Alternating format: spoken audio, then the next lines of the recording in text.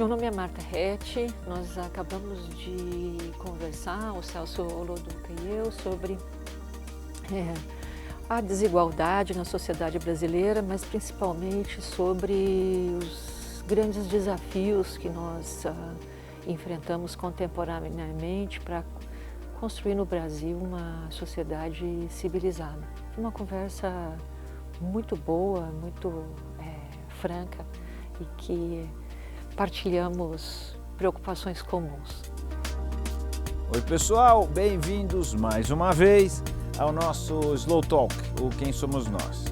Se você tiver curiosidade sobre todas as conversas que a gente já fez nesses 7 anos quase de Quem Somos Nós, vai no quemsomosnós.com.br e escolhe uma plataforma que você achar mais conveniente para o momento, se é o YouTube, se é o SoundCloud, se é o Spotify.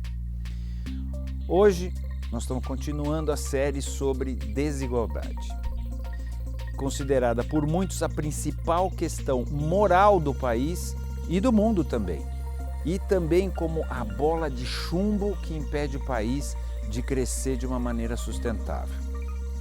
Para conversar sobre a desigualdade no Brasil, a professora titular do Departamento de Ciência Política da USP, pós-doutora em Ciência Política pelo MIT, Marta Arrete.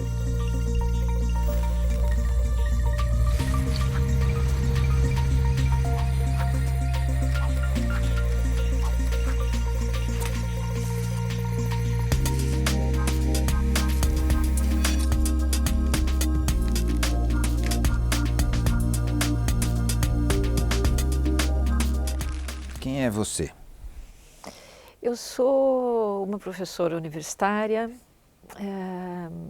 interessada em temas relacionados à desigualdade social, à cidadania, aos caminhos que nós poderíamos trilhar enquanto sociedade na direção de uma sociedade mais civilizada,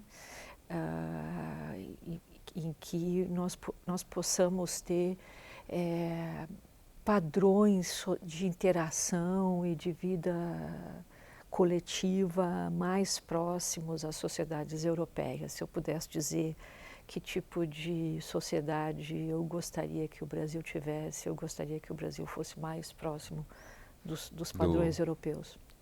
Estado de bem-estar social. Estado de bem-estar social, sociedades democráticas, sociedades tolerantes. É bem verdade que mesmo nas sociedades europeias esse padrão estão tremendo lá.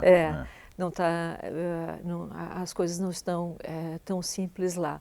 Mas assim, eu gostaria que nós pudéssemos caminhar na direção de ser uma sociedade com padrões razoáveis de inclusão, de tolerância, de liberdade de expressão, de a possibilidade de convivência dos contrários. Seria a minha visão do que é uma sociedade civilizada. Não parece muito, né? Não parece muito. Mas é muito difícil.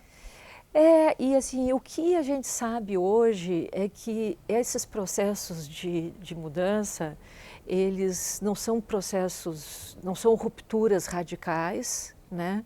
Mas são processos lentos, incrementais e de longo prazo, em que a sociedade está comprometida com a maioria, né, dos cidadãos de uma sociedade estão comprometidos com esses valores, e eles vão caminhando nessa direção, né?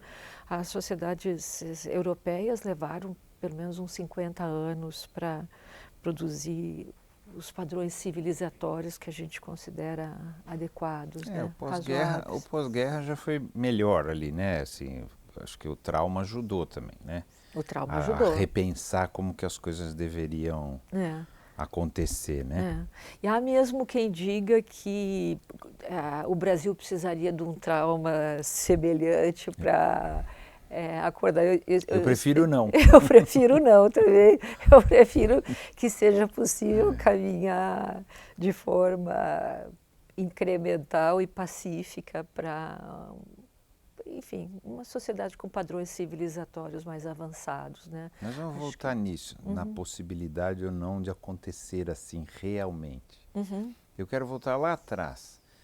Por que como é que foi a tua formação? Por que é que você se interessou por ciências sociais? E por que dentro das ciências sociais você resolveu olhar a desigualdade? Eu creio que isso vem da minha família. A minha família é grande, nós éramos 5 irmãos, e uma família com... Meu pai era uma pessoa muito politizada, nós fazíamos todas as refeições juntos, tomávamos café da manhã, almoço, jantar juntos. Então, a nossa vida familiar era uma pequena assembleia todo dia em que se debatiam questões. O teu pai fazia o quê? Meu pai era militar. Eu estudei numa escola também humanista, quer dizer, uma família que tem essa abordagem. Meu pai também nos colocou numa escola com uma orientação humanista, católica. Qual? O Colégio São João, em Porto Alegre. E disso para as ciências sociais, para mim, foi um caminho natural. Na verdade, eu nunca pensei em outra coisa na vida, nunca me ocorreu. Desde Isso, você começou a pensar nisso? Exatamente, É raro. Nunca me ocorreu ser outra coisa, né? Sempre essas questões estiveram presentes na minha vida. Então, assim, na verdade, eu me considero uma pessoa feliz porque há quem me pague para fazer aquilo que eu gosto de fazer e que eu tenho prazer em fazer. Tanto que eu também poderia me aposentar, não tenho vontade de me aposentar. A ideia era melhorar o mundo, é isso? Tem esse ideal, né? Eu vou estudar para poder me aparelhar, para poder melhorar o mundo, ou compreender o mundo. De fato, assim, eu também me sinto produto de uma época, né? Os anos 70, os anos 80, Eu entendo perfeitamente. em que assim, as aspirações da juventude eram muito mais carregadas de otimismo quanto às possibilidades do mundo, né? E a ditadura, quando acabasse, tudo ia estaria nos resolvido. Resgatar, exatamente. E nós teríamos um caminho linear. Seria maravilhoso depois da ditadura. Rumo a uma sociedade mais civilizada. Isso. Mas a ideia era, e ainda é, a ideia de produzir conhecimento especializado e que produza evidências que permitam que quem toma decisões possa tomar decisões com base em informação mais sólida, né?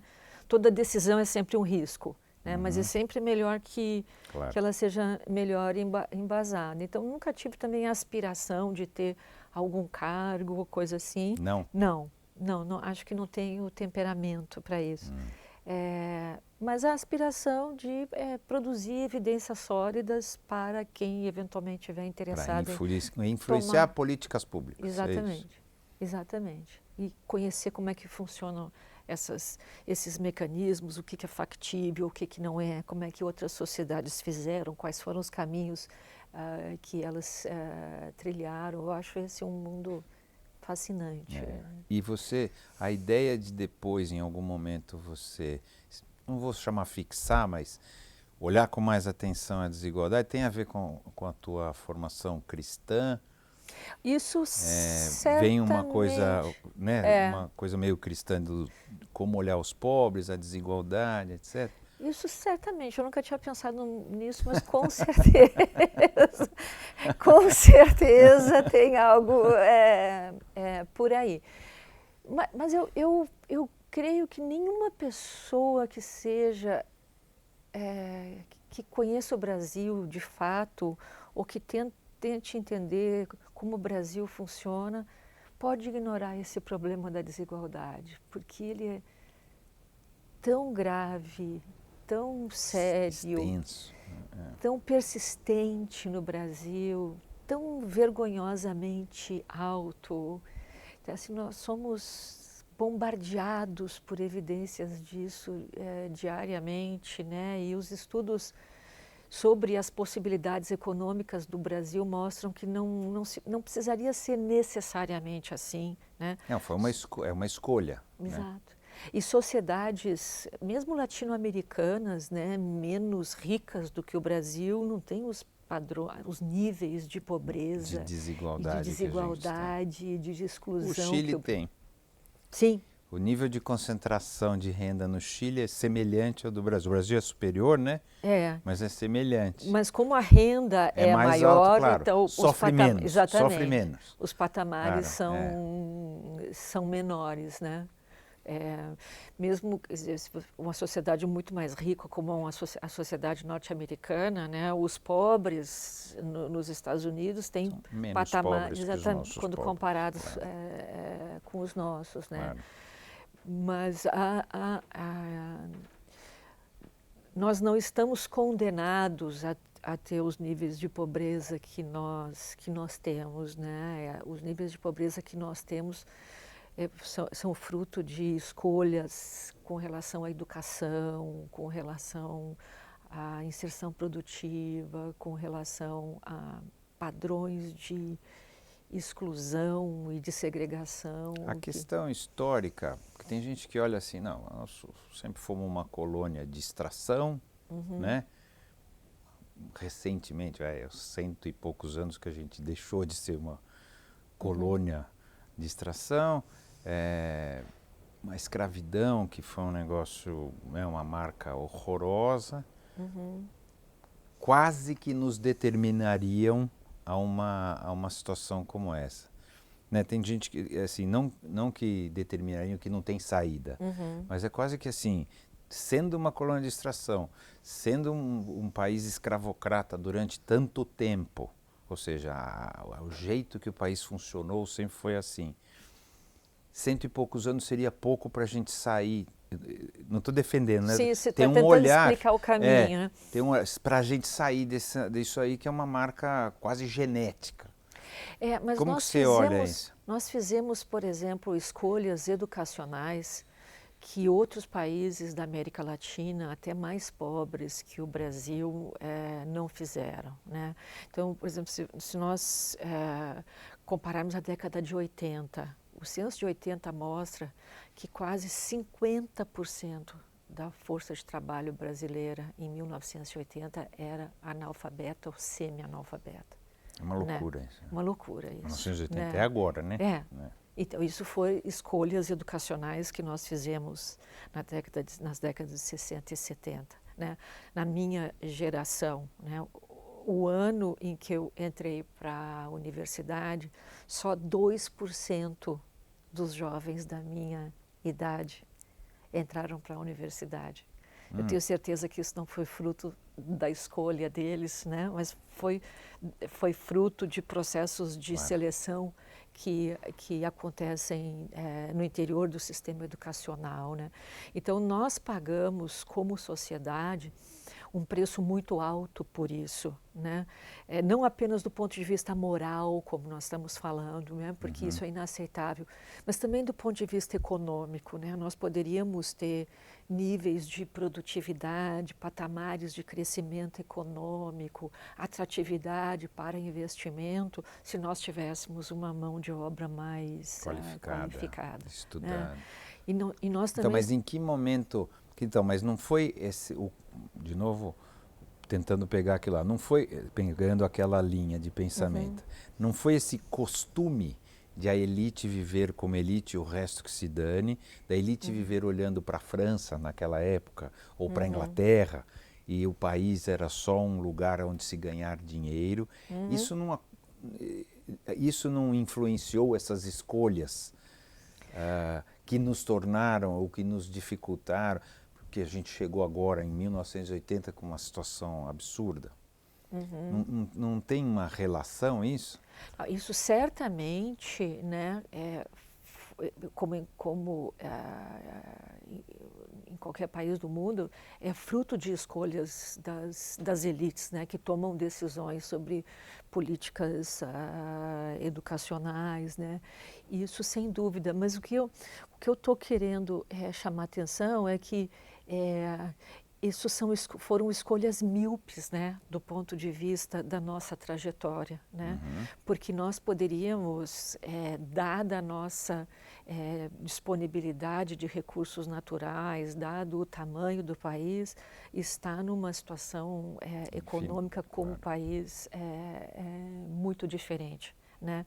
Porque o modelo de desenvolvimento econômico que nós acabamos adotando por força dessas escolhas, né, foi um modelo de desenvolvimento econômico em que você tinha tecnologias de baixa produtividade, uma grande reserva de mão de obra que era reposta, né? Então um modelo de desenvolvimento econômico com baixa intensidade tecnológica, né? E que, portanto, acabar se reproduzindo, porque uma sociedade ou um sistema educacional ou um sistema de políticas públicas, ele é um grande transatlântico, assim, né, para você fazer mudanças de rota, né, ainda mais um país enorme. Um país enorme, né? Não é um país pequenininho, né? Então, por exemplo, o nosso sistema educacional hoje, né, de modo geral, as crianças são mais escolarizadas do que os seus pais, né? Isso significa que que a escola tem que fazer sozinha as tarefas de ensino e os pais não operam não cumprem a sua função de reforço escolar. Isso faz com que os nossos níveis de progresso... A velocidade é menor. Seja muito mais lenta. Eu sou um pouco envolvido com a educação, eu participo de algumas ONGs de educação e os pais que têm um nível de escolaridade menor estão satisfeitos com a escola que os filhos têm, apesar de serem escolas reconhecidas públicas, né? Nós estamos falando reconhecidamente ainda frágeis, né? Mas como o nível é maior do que o pai tinha, não existe a insatisfação da população em relação ao nível da escola. Portanto, não existe uma pressão para aumentar a velocidade. Mas, e mesmo que houvesse, nós teríamos que fazer um esforço brutal, né? O Brasil, o nosso modelo tem sido o modelo asiático, né? Bom, mas nós não temos uma cultura asiática, não temos padrões de comportamento asiáticos, então, embora fosse interessante, isso não é factível. Mas o investimento por aluno aqui é menor, por aluno, né? Em termos absolutos, né? O valor, não o percentual sobre o PIB. Isso, por aluno. É que na educação é difícil você falar sobre percentual sobre o PIB, porque o cara precisa de uma quantidade de investimento em dinheiro para acontecer. Não importa o PIB. Que percentual que o PIB. Exatamente. Você precisa de um determinado volume de recursos. Se eu não tenho aquilo, eu não chego lá. É difícil, essa medida do PIB, ela é enganosa, né? Você fala, não, mas porque a gente gasta tanto... Mas não importa. Quanto se aplica. Nós temos muito mais... E cada aluno precisa daquele determinado dinheiro absoluto, não percentual, para poder chegar no nível chinês ou no nível coreano. Então, às vezes, existe essa discussão. Não, mas é por aluno. A discussão tem que ser por aluno. O quanto que seria necessário para que ele atingisse lá como se gasta lá. Mas mesmo que nós gastássemos o necessário, ainda assim o nosso legado é uma espécie de bola de ferro na velocidade que a gente pode atingir, né? Porque, digamos assim, o fato de nós termos um passado recente de semi-analfabetismo, né? Faz com que o ambiente familiar não possa fornecer os estímulos que as crianças precisam, né? Porque há uma enorme diferença entre crianças, no desempenho escolar de crianças cuja mãe tem um nível de escolaridade alto e crianças cuja mãe tem um nível de escolaridade baixo, né? Então, o que eu estou querendo dizer é que não é apenas a escravidão, embora a escravidão possa ser parte desse processo, mas foram escolhas que nós fizemos muito recentemente, né? Coisa de quando as sociedades europeias ou mesmo algumas sociedades latino-americanas, o caso argentino, o caso uruguaio são mais conhecidos, né? Estavam vivendo aquilo que se chama na literatura de grande nivelamento, né? Em que você vai reduzindo progressivamente as distâncias sociais, né? Nós não, que é o pós-guerra. Nós não passamos por Nós isso. não vivemos isso. Então nós temos uma lição de casa que não é pequena a fazer, né? Do ponto de vista das políticas públicas. E, digamos assim, se tornou natural para nós, eu creio, essas distâncias, né? Tá ficando menos, não tá? Ou é vontade A desigualdade minha? no Brasil? Não a desigualdade, a naturalidade da desigualdade. Eu Se acho... sente, pode ser que eu esteja viajando assim, mas você sente que existe hoje um incômodo maior? Eu acho que o tema da desigualdade e não só apenas a desigualdade econômica, mas também as desigualdades entre homens e mulheres, as desigualdades de raça, ele é muito mais vocalizado hoje, né? Pela imprensa. Por outro lado, os níveis de violência associados com a questão racial, Da com a mulher. questão de gênero, também aumentaram no Brasil, né?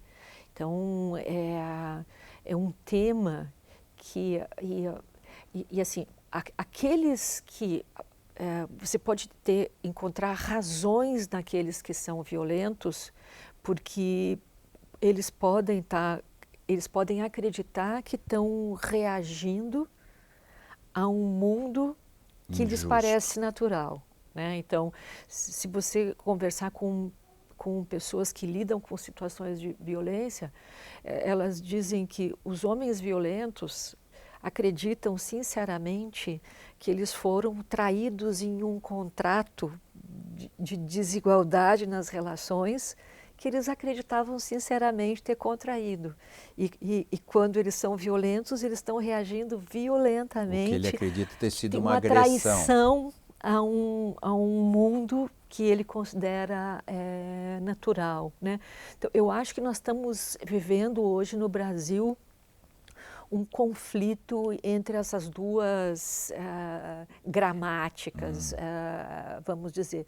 Mas eu não tenho certeza que nós tenhamos, como sociedade, adquirido,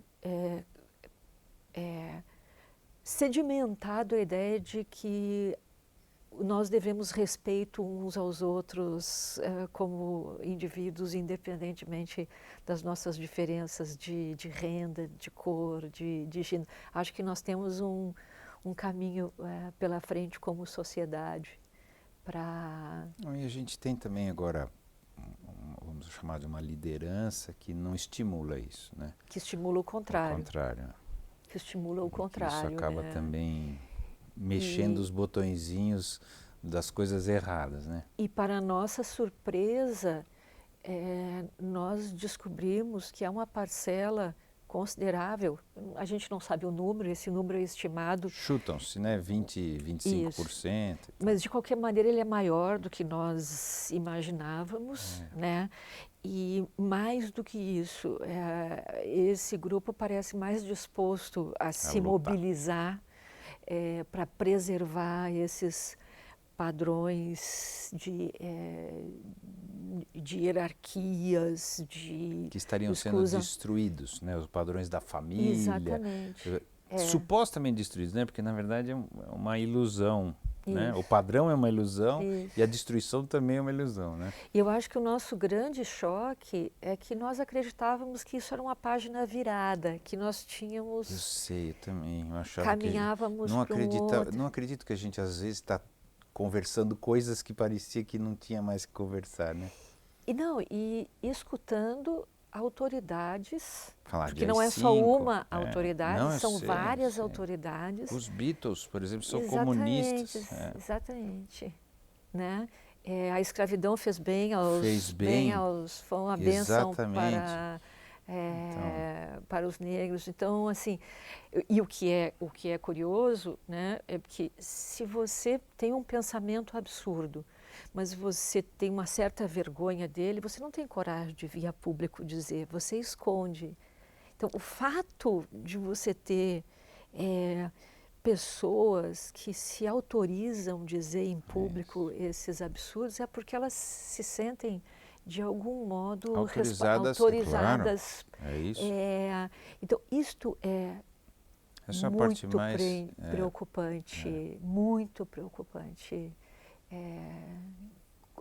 como sociedade, que a gente ainda tenha que enfrentar esse tipo, né? Mas está acontecendo na Europa também. Não é fruto duro, essas ligações diretas são sempre perigosas e erradas, né? Mas assim, não é fruto das nossas injustiças e desigualdades, né? Porque está acontecendo em sociedades que são extremamente mais equilibradas, na Alemanha, na Espanha, na França, do que a nossa, né? Extremamente mais justas, vamos chamar assim, mas também está acontecendo esse discurso. É outro nível. Nós não estamos no nível que os Beatles eram comunistas. Sim, ou que o partido nazista é de esquerda. Não é isso. Não é tão tosco, nós não estamos na ignorância total. Não é isso que eu estou falando. Mas eu estou falando que existe também um discurso de um ressentimento, de uma coisa, de um voltar para trás, por um lugar que nunca existiu. Não é a nossa desigualdade, não são as nossas mazelas que estão criando isso. Mas historicamente a Alemanha e a Espanha também têm seus pecadilhos de intolerância, né? Claro, do passado recente. E Hitler, né? Do passado recente, né? O que parecia resolvido é que, digamos assim, os fascistas e os franquistas pareciam ter sido submetidos a um tal nível de constrangimento público, né, que eles não ousariam declarar os seus... Não é mais. Mas não é mais. Não é mais. Nem aqui, nem lá. Eu tenho um amigo que diz que o mundo saiu dos trilhos. Mas não é? É preocupante. Então, eu tenho um amigo que diz ao contrário, que a gente viveu eu nasci depois da guerra, né? Então eu vivi um momento excepcional do mundo, que o mundo está voltando a ser o que ele sempre foi. E que a gente teve a sorte de ter vivido num momento excepcional. Socializado de ter nascido período, nisso, é um acaso, né? Num momento onde os sonhos eram de liberdade, os sonhos eram de igualdade, os sonhos eram um sonho que, pronto, agora a gente está voltando como sempre foi. Mas de qualquer maneira... Entende, né? Entendo perfeito. Parece assim, foi só uma sorte, um pedacinho, umas décadas. A ideia de que não tem página virada, né? Que, portanto, uma sociedade não está vacinada contra a intolerância, o autoritarismo. E né? nem rumando para um lugar. Porque eu acho que eu também cresci é. achando que a gente estava indo daqui para cá. Que a palavra evolução é uma palavra sacana, porque você sempre acha que você vai melhorando, né? É. Não é assim? Então eu cresci assim. Eu já sei que não é assim, mas assim, eu cresci assim.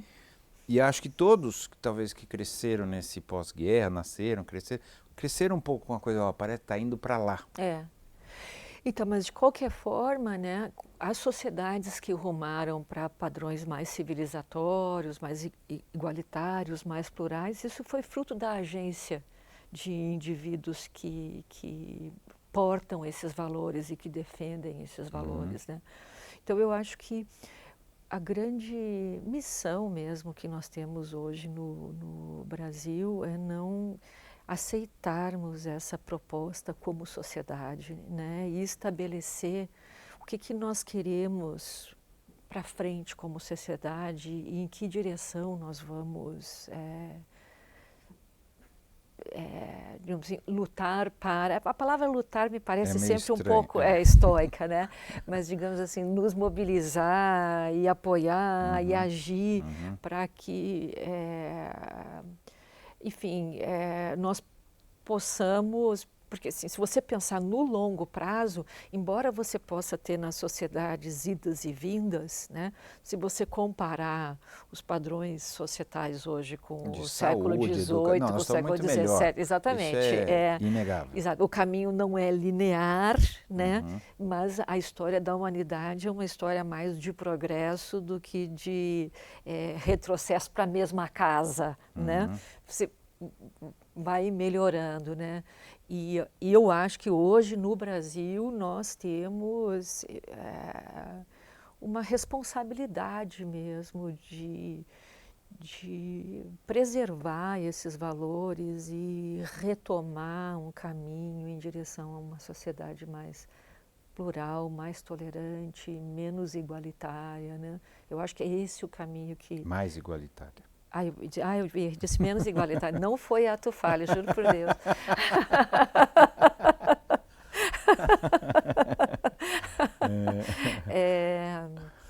Porque essas sociedades são melhores, né? Essas sociedades são melhores. Obviamente que aqui vai um valor moral, né? Mas são sociedades mais ricas, são sociedades mais vibrantes, né? É horrível você viver com medo, é horrível você viver com tanto o medo da liberdade de expressão quanto o medo físico, o né? medo Derivado da violência, exatamente. o medo da não saber o que você vai ser, né? Se você vai poder comer amanhã ou não, se você... E uma boa parte da população brasileira que vive assim. E o que os estudos têm mostrado é que o nível de crescimento da violência ele está associado com as oportunidades que os mercados ilegais oferecem para os jovens menos escolarizados, né? É uma opção, é isso? Isso, então. De trabalho. Exatamente. O mundo dos mercados ilegais oferece melhor remuneração do que o mundo dos mercados legais para os muito baixamente escolarizados, né? Aí você mas isso poderia em qualquer lugar, não é isso? Do mundo. Em qualquer lugar do mundo, mas Não ele só aqui, não é? A questão é o custo disso. É o custo disso e o tamanho desse mercado.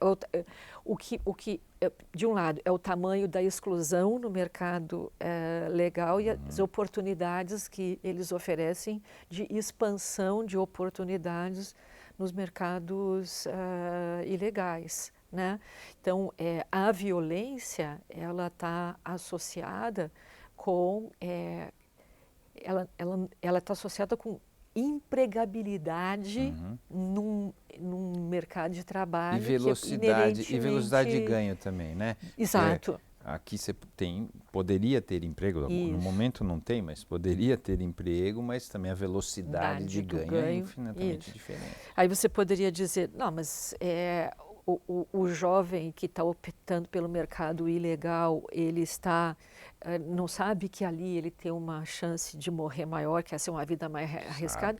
Isso, mas assim, para os jovens de periferia, a sobrevivência no mundo legal também não é muito grande, porque a violência na periferia, a gente viu esse episódio nesse final de semana em Paraisópolis, não é porque você é um trabalhador regular no mercado legal que você está isento de sofrer violência, né?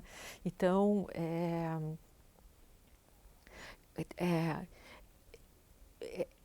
a desigualdade que nós temos no Brasil, e os níveis de exclusão e de pobreza que nós temos no Brasil, eles canalizam indivíduos, né, para o mundo dos mercados ilegais, que são inerentemente violentos, né? E embora essa violência esteja concentrada lá, nós não estamos livres dela, né? Ninguém está livre. E hoje ela se institucionalizou também. Esse mercado ilegal hoje tem ramos no governo, né? Tem ramos nos milícias, também, tem ramos em tudo quanto é lugar, né? No judiciário. Isso. Então, Não, essas fronteiras são bem porosas, né? Hoje é um negócio que não é também concentrado, é um mercado ilegal, assim, que eu acho que é o mais difícil, inclusive, de combater, né? Mas eu estava lendo as coisas que você escreveu e assistindo algumas palestras que você deu para a gente poder fazer a nossa conversa, e você faz uma diferença, né, do que é desigualdade econômica, né, que é um tipo de desigualdade. Então eu queria que você falasse um pouquinho dos tipos de desigualdade. A gente já falou um pouquinho fora de gênero, né, agora do ponto de vista do bolso.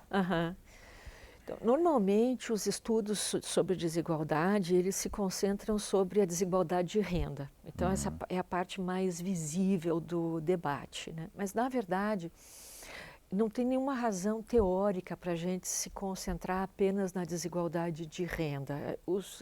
O mundo acadêmico se concentra na desigualdade de renda porque é mais fácil de estudar. Os dados também. Porque tem os dados, né? E você pode fazer comparações internacionais e tal.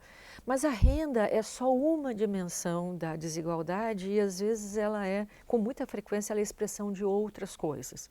Então, os reformadores ingleses, estou falando aqui do Lord Beveridge, que é quem pensou o estado de bem-estar inglês. Eles diziam, ele tem um trabalho muito importante de um autor inglês que chama Marshall, que fundou a disciplina de política social na London School. Ele diz assim, a sua renda real depende de o quanto você tem que pagar por serviços que você precisa. O governo deveria oferecer. Exatamente. Então, se você tiver dois indivíduos que têm a mesma renda nominal e um tem que comprar saúde e o outro tem serviços públicos de saúde, este aqui mais que rico.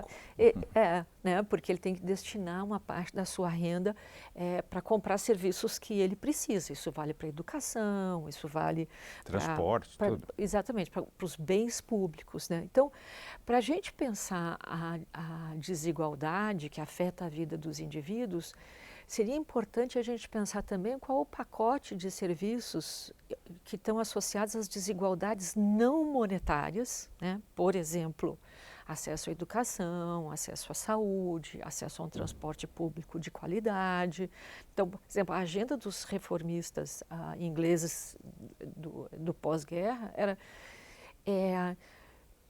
nós não precisaríamos nos preocupar tanto com os salários e poderíamos... Com o valor nominal do salário. Com o valor né? nominal dos salários, embora obviamente isso aqui seja importante, mas nós precisaríamos incluir no nosso pacote o que seriam os serviços básicos que não monetários, né? Então, se nós reduzíssemos a desigualdade no acesso à saúde básica, no acesso à educação, nas condições de transporte, nós teríamos uma vida mais civilizada e permitiríamos que os indivíduos tivessem salários desiguais que obviamente, não tinham em mente a desigualdade das rendas que nós temos no Brasil, né? Mas a ideia aqui é que se você pensa a desigualdade, você não precisa e nem deve pensar apenas em chave monetária. Você tem que pensar em chave de serviços. É o contrário do neoliberalismo, não é? Onde fala, dá dinheiro e o cara compra o que ele quiser. O cara compra o que ele quiser. Não é isso? É. Daí você não puder, dá o dinheiro e ele não compra. Não é assim? E na verdade ele compra o que ele puder. O que ele puder, exatamente. Mas o raciocínio é esse, né? Ao contrário. Você vai ficando mais rico, vamos chamar assim, vai sobrando mais dinheiro à medida que o governo funciona. Não é isso? Funciona nesse sentido dos serviços. A saúde funciona, né? O serviço de saúde funciona, o serviço de educação funciona, o serviço de transporte funciona. Eu vou ficando proporcionalmente mais rico do que o que eu era. Sim, porque você tem uma renda gastando, real ela tá maior. Está sobrando mais dinheiro, que é o que interessa. Não importa quanto você ganha, importa quanto sobra, não é isso? Então, assim... E também naquilo que é essencial para a vida dos indivíduos, eles têm uma rede de segurança. De proteção. De proteção, né? Que não lhe produz ansiedade sobre a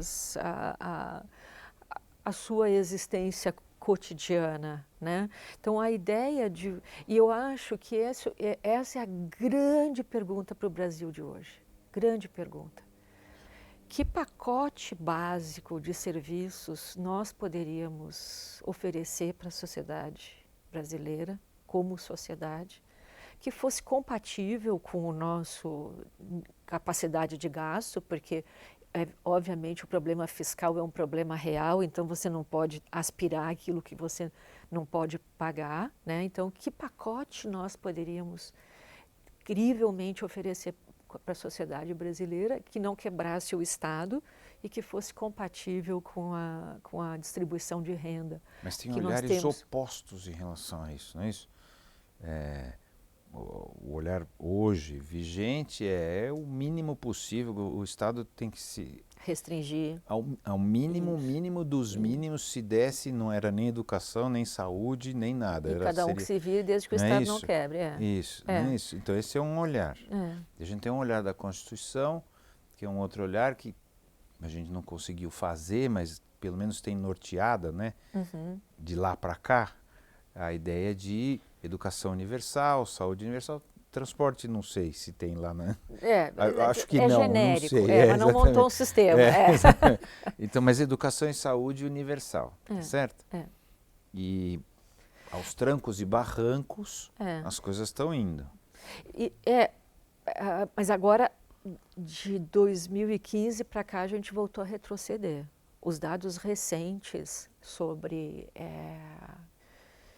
desigualdade de renda mostram que voltou a aumentar, o nosso coeficiente de Gini voltou a crescer, né? O Bolsa Família e o seguro-desemprego não compensaram a devastação que está ocorrendo no mercado de trabalho, né?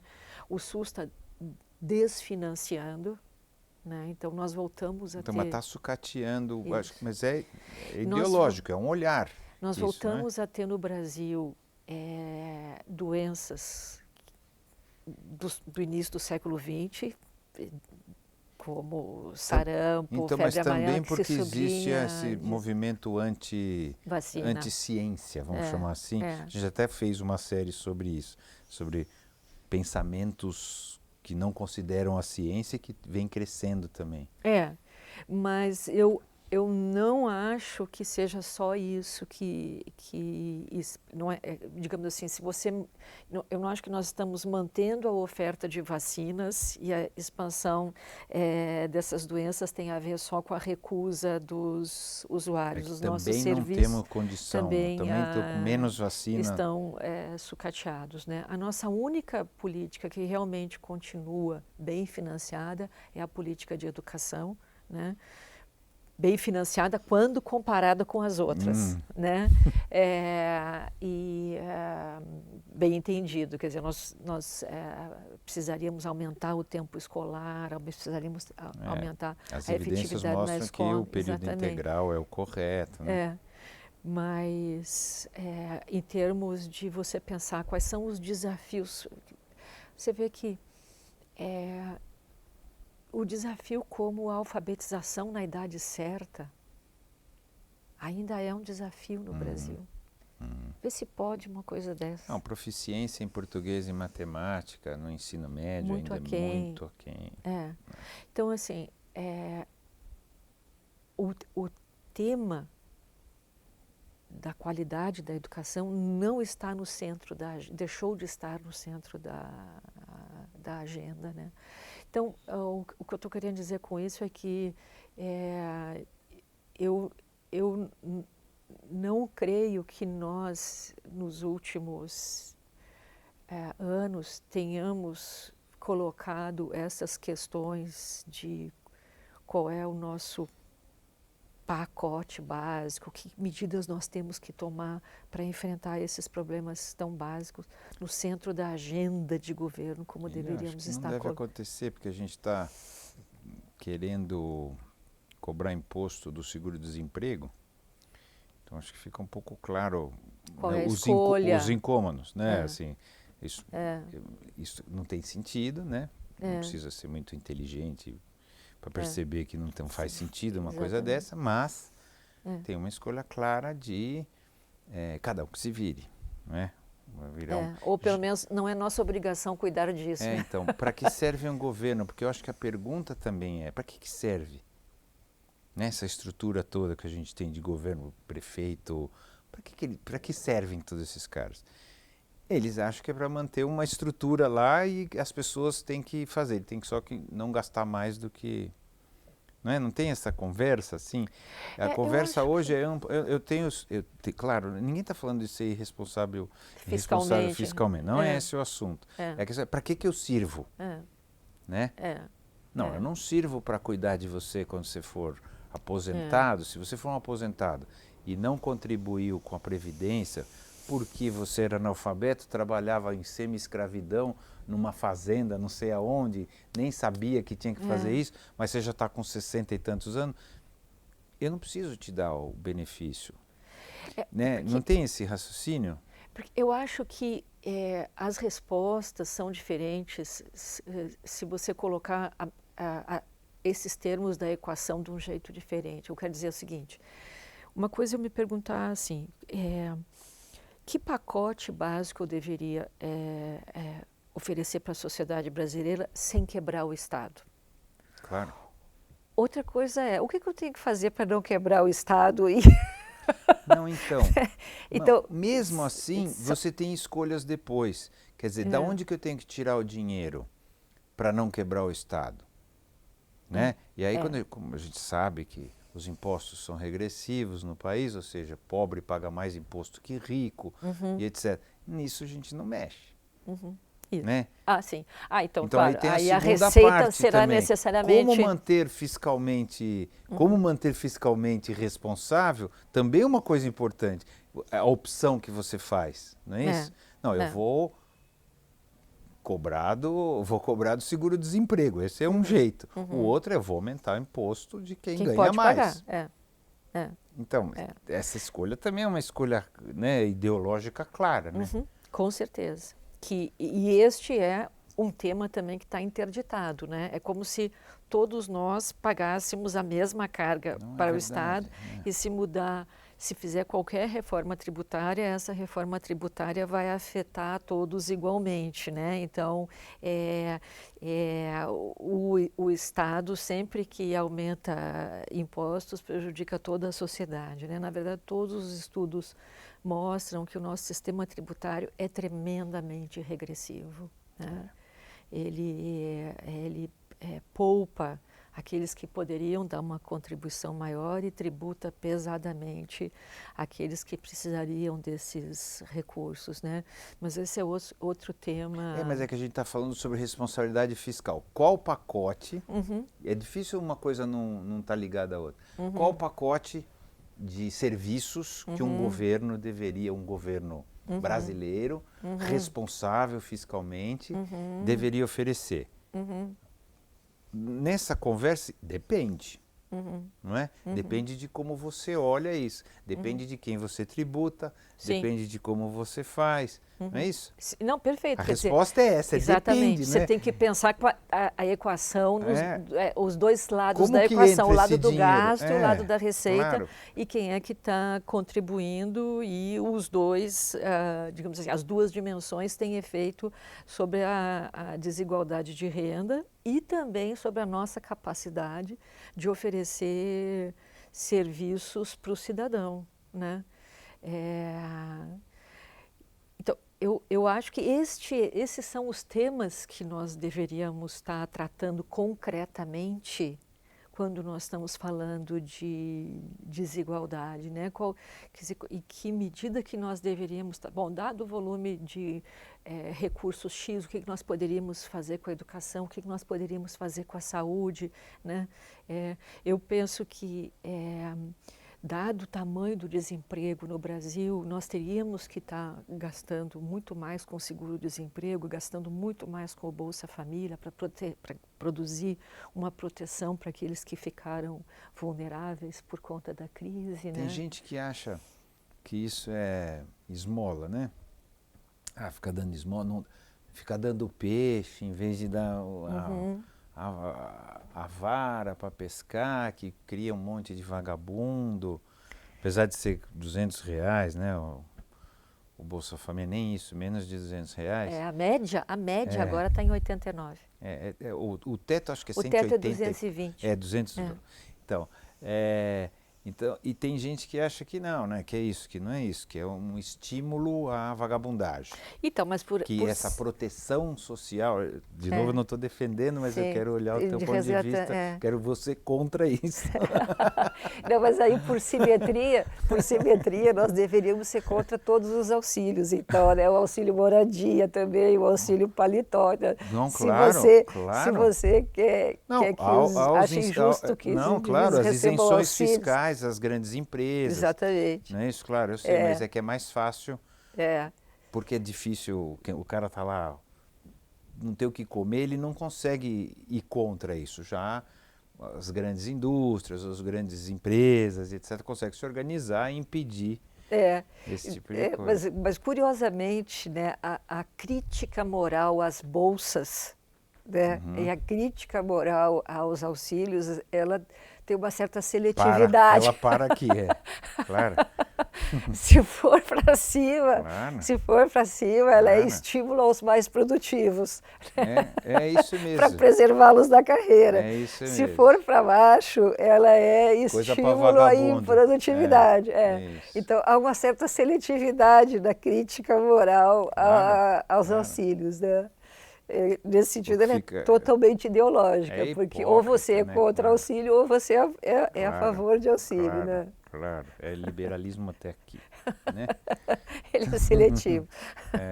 Então, mas tem essa questão, a gente, sei lá, outro estudo que eu estava lendo, talvez o número esteja razoavelmente errado, que a minha memória é meio ruim. A minha também, fica à vontade. Então ótimo, então você não vai me corrigir. São ordens de grandeza. Então você não vai me corrigir. Ordens de grandeza. Então, mas assim, acho que 1% da população do Brasil tem quase 29% de toda a renda. Não, parece um pouco menos, 10% tem de modo estável 25% de toda a renda. Mas é muito, agora ainda menor do que o do Chile. Um pouco, menor do que, mas é muito alto. E é isso? É 10%? Então vai ver que foi isso, não é 1%, é 10%. Mas é que, na verdade, é o seguinte, a desigualdade no interior dos 10% e mesmo no 1% mais enorme. Rico, é enorme. É enorme. Então, o piso... A gente tem que lembrar que rico aqui é a partir de 5 pau, né? Exatamente. O piso dos 10% mais ricos é em torno de 5, 6 mil reais mensais, porque como a renda é muito concentrada, né? Então, muito ricos mesmo. É o 0,0000000. 0,005. Então, que aí sim tem uma concentração mais absurda ainda. Muito absurda e que, em termos proporcionais, pagam menos imposto do que os outros. Que essa é a questão. Que essa é a questão, né? Em termos de taxa efetiva, né? O 0,05% mais rico paga menos do que os demais. Né? Qual é o pacote que você acha que a gente tem que ter? Agora eu fiquei eu fiquei curioso de saber qual é o pacote que você acha que a gente tem que ter. Eu acho que nós deveríamos, assim, esse pacote pode ir progredindo, né? Mas porque a história, por exemplo, da Inglaterra, dos países escandinavos, é que você vai aos poucos e aumentando à medida que vai universalizando determinados patamares, né? Então, eu acho que nós deveríamos ter como prioridade ter uma saúde preventiva abrangente no Brasil, né? Uma saúde básica, o SUS, né? Não é possível você ter no Brasil a universalização do acesso à saúde com base nos planos privados. Isso não tem como financiar, dada a distribuição de renda no Brasil, né? Então, nós deveríamos ter como prioridade ter alguns tipo, que todas as mulheres pudessem ter exames na gravidez, exames pré-natais. Eu acho que são 7 exames que têm que ser feitos, tem uma medida que é feita, né? Que todas as cidades brasileiras tivessem médicos, que você tivesse uma rede regionalizada de acesso a serviços especializados, dada a escassez da oferta, né? Eu acho que, então, assim, eu acho que basicamente nós deveríamos elencar serviços básicos que deveriam ser acessíveis a todos, de modo que o SUS viesse a ter, inclusive atender a classe média, né, e que a classe média passasse a defender o SUS pela qualidade dos seus serviços, né. Acho, portanto, que nós temos uma escolha trágica a fazer no Brasil, que é a escolha de que você gastar muito para uma pessoa com serviços muito caros e remédios, muito caros. Não deveria ser prioridade. Eu sei que eu estou defendendo uma posição polêmica, né? Porque toda a vida é vida, toda né? a vida é vida. Por um lado isso está correto, por outro lado, e o abandono dos outros, não é isso? Mas eu acho que nós deveríamos usar a regra aqui do benefício do maior número, sempre que nós tivéssemos que fazer uma escolha trágica, né?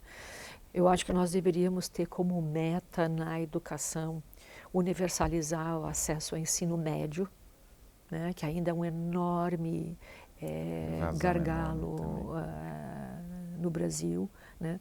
Nós deveríamos fazer um esforço enorme, que não é trivial, para melhorar as condições de transporte no Brasil. O desperdício de vidas, de horas de trabalho, de recursos que é realizado diariamente nas condições em que os trabalhadores brasileiros são transportados é enorme, e isso tem efeito, inclusive, sobre o tipo de emprego que o indivíduo pode acessar.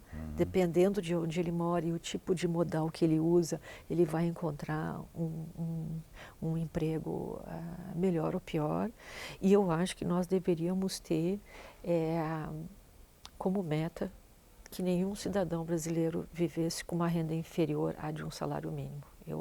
A minha métrica diz que o Bolsa Família é muito baixo. Eu acho que nós deveríamos...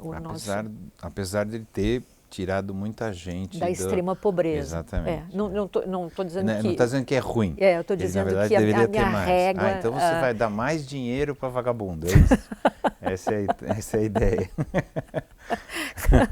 E mesmo o salário mínimo, quer dizer, ele não atende aquilo que ele deveria atender, não é isso? Ele está como ideal, né? O salário mínimo deveria dar comida, tem um... Mas acho que...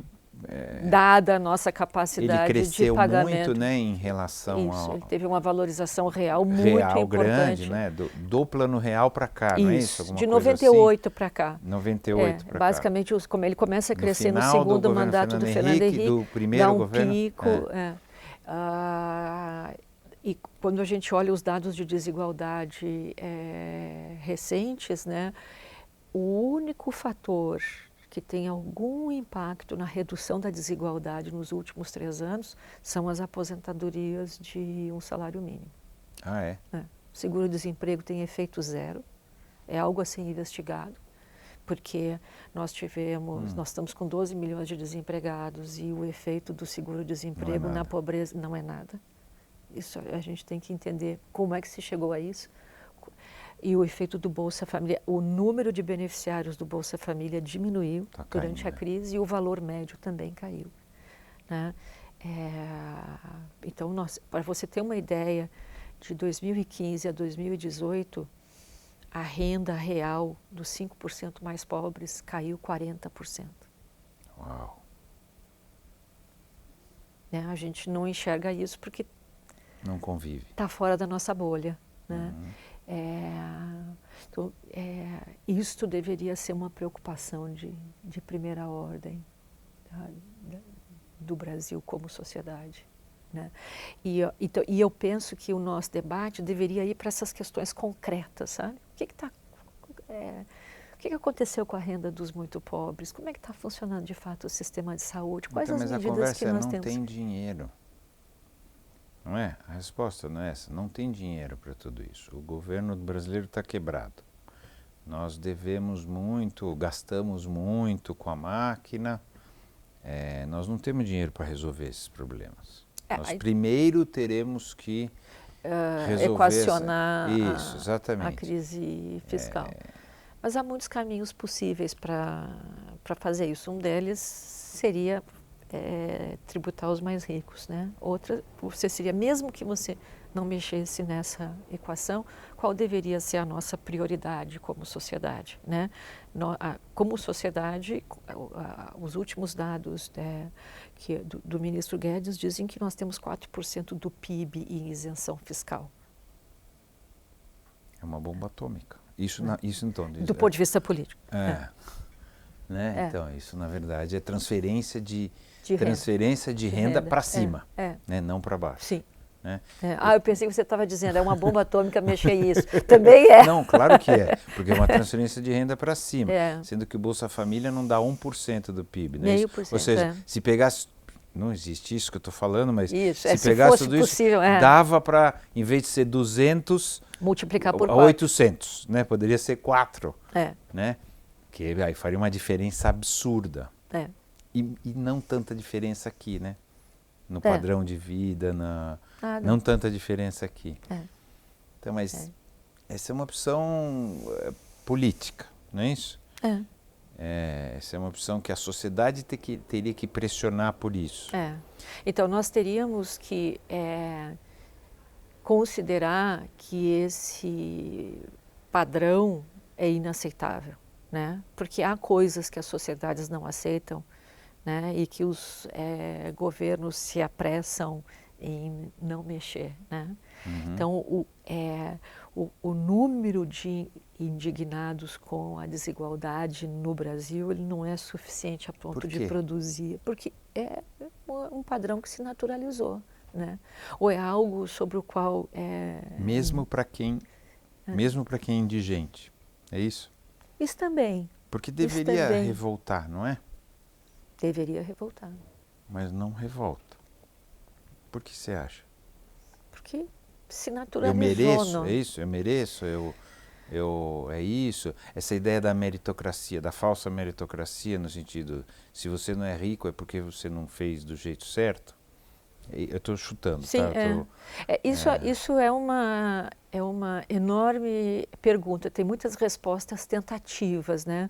Tem uma resposta que diz, uma sociedade precisa, os indivíduos precisam experimentar algum padrão de melhora social para ter expectativas de que as suas demandas serão aceitas. Na ausência disso, os indivíduos tendem a ter expectativas deprimidas. Né? Então, ao contrário do que intuitivamente a gente pensaria de que quanto menos você tem, mais revoltado você fica, a proposição é de que quanto menos você tem, menos expectativas você tem. E as sociedades precisam experimentar algum padrão de melhora para achar inaceitável um determinado padrão tipo. Deprimido, né? Mas tem uma perversidade aí, porque, olhando agora do ponto de vista maquiavélico, se você melhora o padrão de vida das pessoas, elas vão cobrar de você algo que você não vai conseguir entregar na velocidade e você será derrubado. Tá certo? Então é melhor não melhorar. Não é isso? Do ponto de vista maquiavélico, é falar, Maquiavel aconselharia o príncipe a não mexer nesse vespeiro. Não mexe nisso, porque é o seguinte, vai virar contra mim. Né? Então, se eu fizer o que é certo, eu serei punido. Mas essa interpretação ela é compatível com com eventos históricos. 68 não aconteceu em momento de escassez, 68 aconteceu em contexto de, inclusive, de crescimento do salário mínimo, né? O nosso 2013 também não aconteceu em momento de que escassez. exige um nível maior. Exatamente, a sociedade hispânica. Não existe uma capacidade de atender isso, não é isso? Isso. É. Bom, então como é que faz? Há uma outra interpretação que vai na linha do que a gente chamaria de a religião é o ópio do povo. Né? Há uma interpretação que diz que, e tem evidências disso para o Brasil e para a América Latina, de que as religiões pentecostais, que são aquelas que pregam o maior conformismo e a expectativa de que você será redimido no paraíso e tal, elas crescem em condições de maior privação. A Igreja Católica foi isso também, né? Em algum momento. Em algum momento, porque né? hoje não, a igreja... não hoje, né? mas em algum momento ela também ela se estabeleceu assim, né? Exatamente, a fé digamos, é compatível com a ignorância, então vamos manter mas então, essa interpretação diz o que está segurando a explosão das sociedades em vista da privação é a expansão do pentecostalismo, sobretudo, e no caso específico da sociedade brasileira, isso não é só brasileiro, mas também no Brasil, a Igreja Católica vem perdendo aceleradamente adeptos e nós estamos rumando para... E os pentecostais vêm crescendo, né? Os pentecostais são hoje 20% e se estima que no final dessa transição eles serão em torno de 40%. E a religião operaria como uma tampa de panela de pressão. Exatamente, sobre essa... São explicações alternativas sobre por que aqueles que sofrem privações de modo tão prolongado não se revoltam, como seria de se esperar. Porque, de fato, isso não acontece. Então, nós temos que entender por que isso não ocorre. Acho que é um bom momento da gente, você me falar, qual que é a tua perspectiva para o país? Não o teu desejo. A gente falou do teu desejo, deveria ser assim. Você acha que vai acontecer essas coisas que você falou? Você é esperançosa sobre isso? Ou você acha que a estrutura já está de um nível tão intrincada de interesses, etc., que pelo menos no seu espaço de vida você não vai conseguir ver aquele país que a gente estava falando no começo? Eu já fui mais otimista com o Brasil. Eu hoje estou muito preocupada, porque ainda que do ponto de vista apenas da desigualdade, esse é um tema que ganhou mais visibilidade recentemente, é objeto de uma preocupação grande, tem, enfim, grupos que estão realmente comprometidos com a redução da desigualdade em várias dimensões, né? Por outro lado, não vejo sinal disso, preocupação com isso no governo, nas principais autoridades, né? E me preocupa que redução de desigualdade requer ação de governo, ela não é resolvida por conta das preocupações da sociedade, né? Então me preocupa que a questão da desigualdade não esteja no centro da agenda. Também me preocupa um crescimento da polarização no Brasil, um crescimento da intolerância, que eu não percebia, não sei se era eu que estava cega para isso, que eu não percebia na sociedade brasileira há uns 4, 5 anos atrás, né? Um crescimento de comportamentos até de extermínio, ou de pobres, ou de indivíduos que têm comportamentos dos quais você discorda, mesmo que isso não afete a sua vida, né? Mas o fato de você ter crescentes evidências de indivíduos que se dispõem a eliminar uma pessoa ou bater uma pessoa porque ela tem um comportamento que não é o seu. Diferente do seu. Diferente do seu, né? Então, assim, eu já fui mais otimista com a sociedade brasileira. Obviamente, nós não sabemos o que será. Nós tivemos uma virada importante, numa direção que a gente não esperava. Então, viradas nunca estão descartadas, né? Mas o que mais me surpreende, o que mais me preocupa é o número crescente de pessoas que se revelam intolerantes, favoráveis à desigualdade, que defendem padrões de comportamento que eu considerava página virada.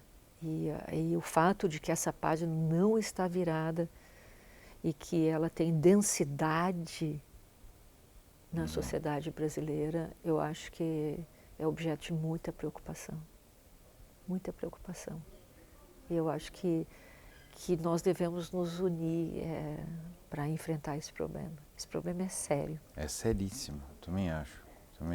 É seríssimo. Então vamos fechar o programa. Eu fecho sempre com a mesma pergunta, que é: quem você acha que nós somos? Quem somos nós, humanos, ou brasileiros, ou o olhar que você quiser dar para isso? Nós humanos somos capazes de muitos gestos de generosidade, né? E de criatividade, de crescimento e de progresso, tanto que nós estamos onde estamos, mas também de muita crueldade, tanto que nós estamos onde estamos. Então nós somos seres que podemos tanto destruir como fazer coisas muito feias e fazer coisas muito bonitas, né? Então acho que nós temos que, como sociedade, construir instituições que nos protejam dos nossos instintos malignos e nos induzam para o lado mais iluminado da vida humana.